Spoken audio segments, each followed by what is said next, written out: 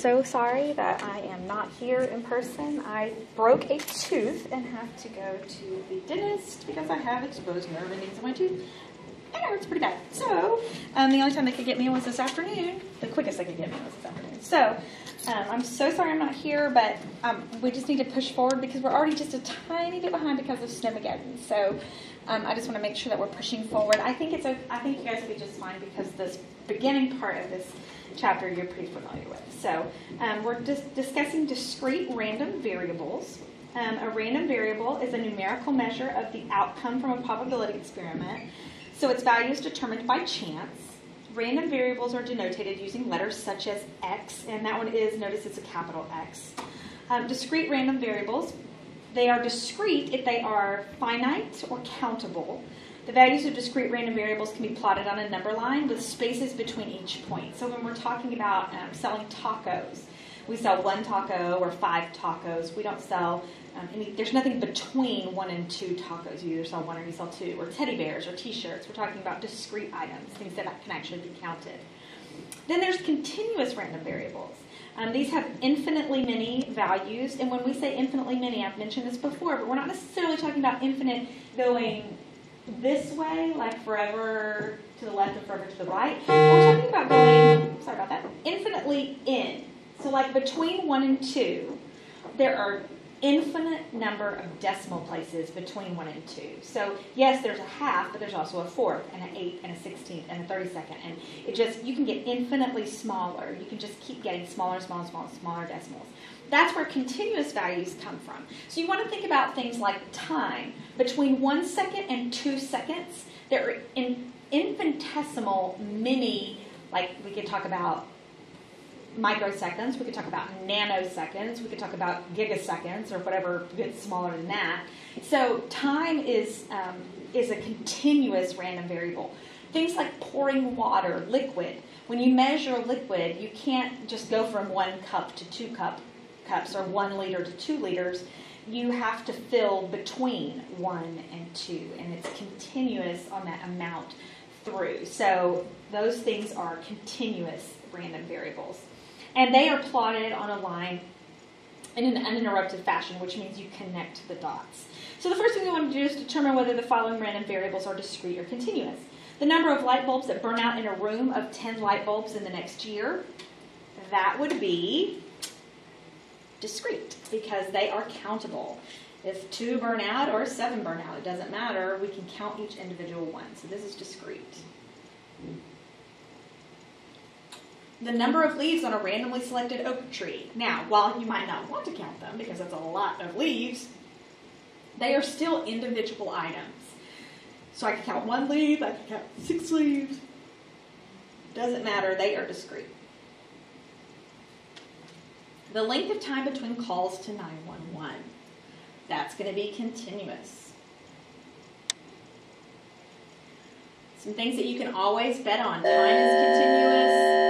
Like I said, measuring liquid is continuous. Things like, I had another good one. Weight is continuous. Things like that, because there's always something that could be measured in between.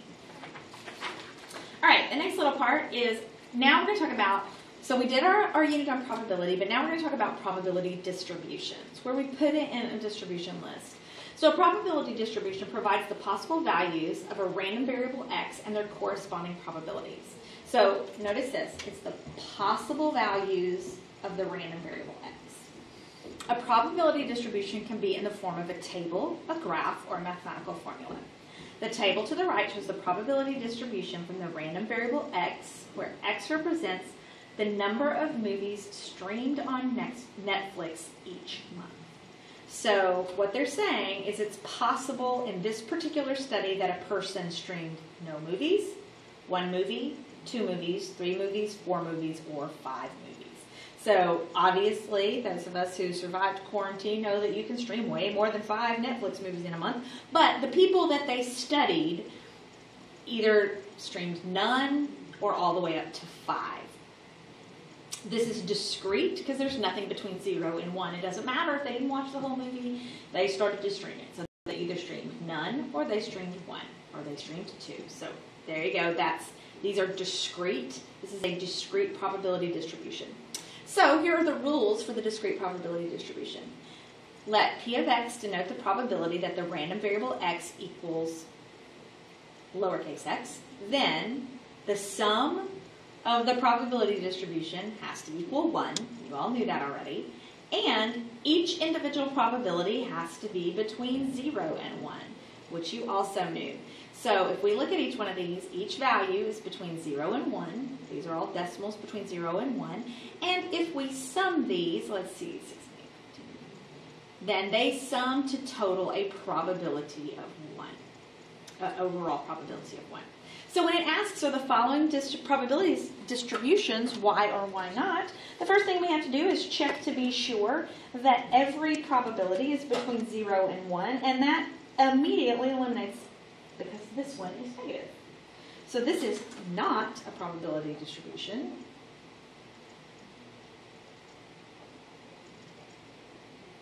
Because no negative probabilities are allowed. There's no such thing as a negative probability, so that one can't be a probability distribution.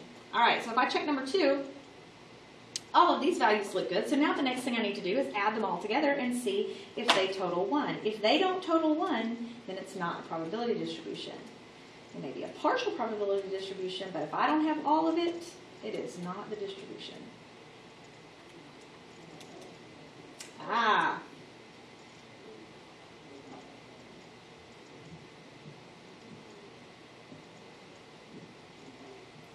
Because the sum of these probabilities is only 0.97. Now I'm assuming, because the first two weren't, that this next one is. Let me look at all those. Those all look good. I think it is, because I think this 0.04 on this one was 0.01, so that's my missing 0.3. So yes, this one is a probability distribution. All right, so that's the first part of this. Like I said, I think you guys are going to do just fine on this little section.